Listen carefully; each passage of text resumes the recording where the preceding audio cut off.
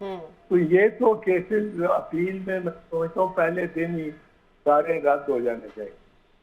اس کے بعد اگر دو ایک کیسز ہیں، ایک وہ القادری ٹرسٹ بھی ہے. القادر ٹرسٹ کا، وہ القادر ٹرسٹ کا کیس بھی کوئی بنتا نہیں ہے، کیونکہ ٹرسٹ ایک اور چیز ہے اور عمران خان ایک دوسری چیز ہے، اور وہ بشرا بی بی بھی ایک دوسری چیز ہے.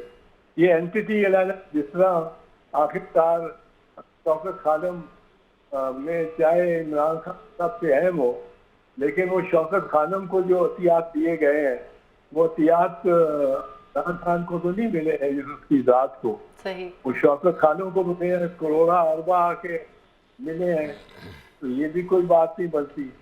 جو 190 ملین پاؤنڈ کا کیس ہے اس میں بھی آپ دیکھیں کہ کرائم ایجنسی ہے وہ اس نے کیا ہولڈ کیا ہے. وہ 90 ملین پاؤنڈ اگر اس کے ہاتھ میں آ گئے ہوتے تو وہ باہر وہ انگلش کان سے باہر جانے دیتے پہلی بات اگر ان میں کرمنالٹی ہوتی. دوسری بات یہ ہے کہ یہ ان کے لیے فرض ہے کہ وہ واپس کریں. اب یہ ملک ریاض جو ایک بڑے یہ ہے پراپرٹی ڈیولپر، جی بالکل، یہ انہوں نے جب اس کا دکھا دیا منی ٹریل تو اس کے بعد ان کی پراپرٹی تھی انہوں کو واپس ہو گئی. اب وہ انہوں نے سپریم کورٹ کے ساتھ رکھوا دی ایک اسکرو اکاؤنٹ میں. اب اس میں کیا نکالیں گے، وہ پیسہ بھی وہی ہے کہ غائب نہیں ہوا. اور ملک ریاض بھی جو ہے وہ اس وقت عدالت کے سامنے نہیں ہے اور ان کو یہ اس معاملے میں وہ کوئی جیب دیں نہیں گیا عمران خان کی. پھر یہ کہنا کہ عمران خان وہ عطیہ لے لی زمین القادر ٹرسٹ کے لیے. ایک تو القادر ٹرسٹ کی اینٹی عمران اور بی بی بشرا سے علیحدہ ہے لیگلی. نمبر 2 عمران کو بڑے ڈونیشن ملے ہوں گے، جو 3 اسپتال بنا لیے اس نے، ایک یونیورسٹی بنا لی ہے، یقیناً تو اربہ روپوں اور ڈالر میں ملے ہوں گے ڈونیشن.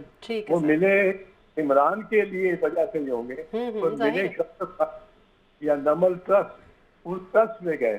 تو یہ ٹرسٹ جب پیسے گئے یا کوئی زمین دی ہے ملک ریاض نے تو بڑا اچھا کام کیا اس کے لیے. اچھا سر، یہ تھوڑی سی ہماری رہنمائی کر دیں سر. آپ سینئر قانون داں ہیں، بڑے معتبر نام ہے آپ کا. یہ جو حکومت کی طرف سے ججز کے اوپر دباؤ ڈالنا ہے، اب یہ جو ریفرنسز کا معاملہ ہے اب ماتحت عدالتوں میں بھی آ گیا ہے آج نا سر. دہشت گردی کی عدالت پنڈی کے جو جج ہیں ان کے خلاف صوبائی حکومت نے ریفرنس دائر کیا ہے. تو یہ سر کہیں فیصلہ ہو گیا ہے کہ نظام انصاف کو بس ایسے ہی چلانا ہے اور 50 سال بعد کوئی ججز آئیں گے تو پھر دوبارہ سے تاریخ کا پہیہ دوبارہ الٹا گھومے گا، ایسے ہی ہوگا سر؟ ہونا تو بالکل نہیں چاہیے. یہ تو میرا خیال ہے شیک اپ کر دینا چاہیے.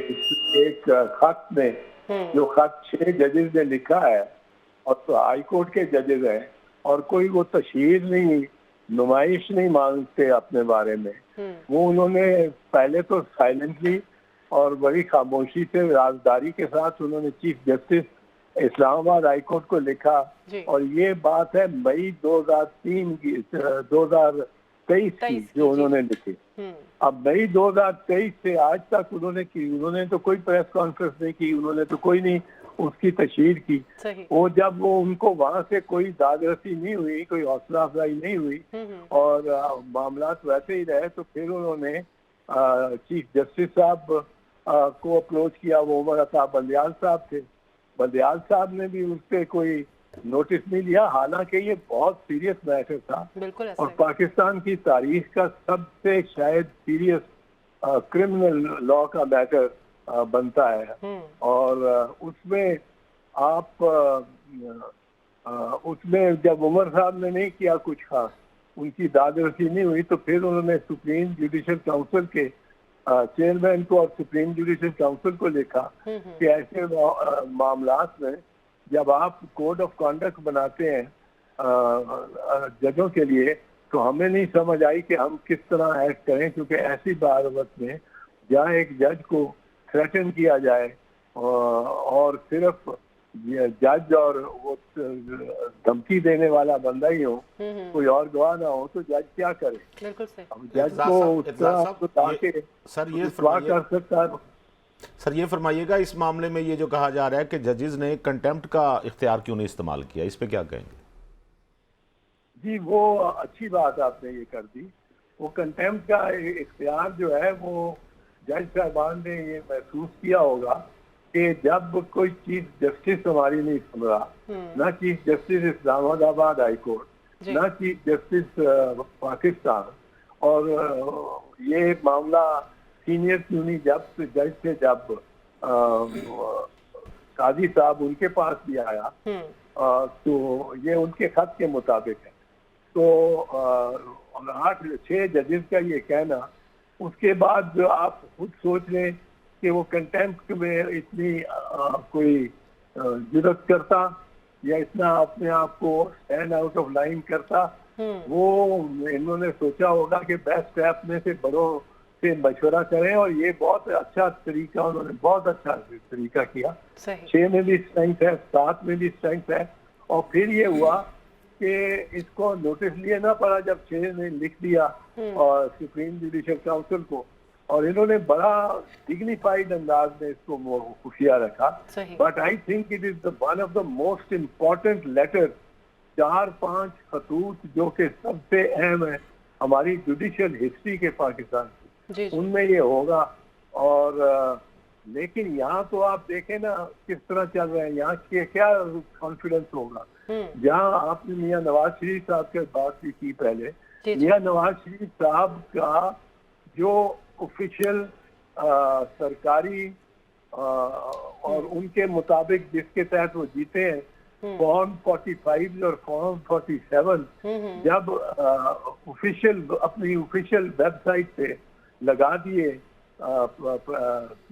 یہ جو الیکشن کمیشن ہے، جب اپنی آفیشیل ویب سائٹ پہ لگا دیے تو ان کو 4-5 گھنٹے بعد وہ ان کو اتارنا پڑا، اور 10-15 دن بعد ڈاکٹرنگ کر کے، مزید ڈاکٹرنگ کر کے دیگر فارم کو لگایا انہوں نے. ابھی ان کے وہ جو فارمز لگے، ان کی شکر ہے بہت سارے لوگوں نے کاپیاں بھی کرا لی اور بہت سارے انالیسس بھی ہو رہے ہیں. ان میں 8 ووٹ کو 188 ووٹ بنا دیا جائے، 18 پہلے ڈال. جی بالکل. اور میاں صاحب کی ساری وہ جو اوور رائٹنگ ہے اور کٹنگ ہے وہ ساری ظاہر ہو جائے لوگوں کے سامنے. شہباز صاحب کی اور مریم بی بی کی، یہ سب ظاہر ہو جائے. تو میں سمجھتا ہوں کہ ان کے لیے بڑا مشکل ہے کہ یہ ایسے ایویڈنس کے ہوتے ہوئے یہ کچھ بھی سنبھالے، کوئی بھی ذمہ داری سنبھالے. آپ نے ابھی یہ جو بات کی ہے فارم 47 والی، اس پہ یہ جو نئی گورنمنٹ بنی اس پہ پھر شہباز شریف صاحب کو وزیر اعظم بنانے کا فیصلہ کیا گیا، لیکن ابھی پھر ہم نے دیکھا ہے کہ دوبارہ پارٹی کے اندر سے یہ مشورے آنے لگے ہیں، جیسا کہ میں نے پہلے بھی آپ سے عرض کی تھی کہ نواز شریف صاحب سے کہا جا رہا ہے کہ پارٹی کی صدارت بھی سنبھال لیں اور جو ہے وہ سیاست میں دوبارہ سے ان ہو جائیں. تو سر یہ پارٹی کے اندر کچھ لوگ ایسے تھے جو اس موجودہ قیادت سے خوش نہیں ہے، یا میاں صاحب، بڑے میاں صاحب جو وہ اس طرح سے سیاسی طور پر انوالو نہیں ہو پا رہے تھے؟ آپ کی سیاسی انالیسس جو ہے وہ آپ کا کیا کہتا ہے سر اس پر؟